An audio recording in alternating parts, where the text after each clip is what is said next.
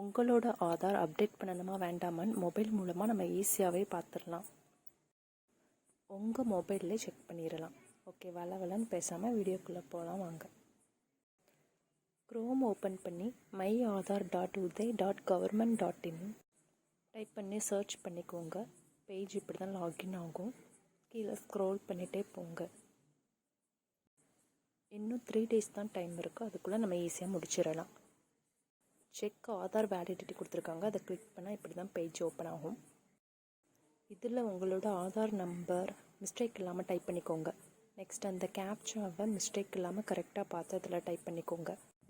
Next ப்ராசீட் கொடுங்க. கொடுத்ததும் page இப்படி தான் ஓப்பன் ஆகும்.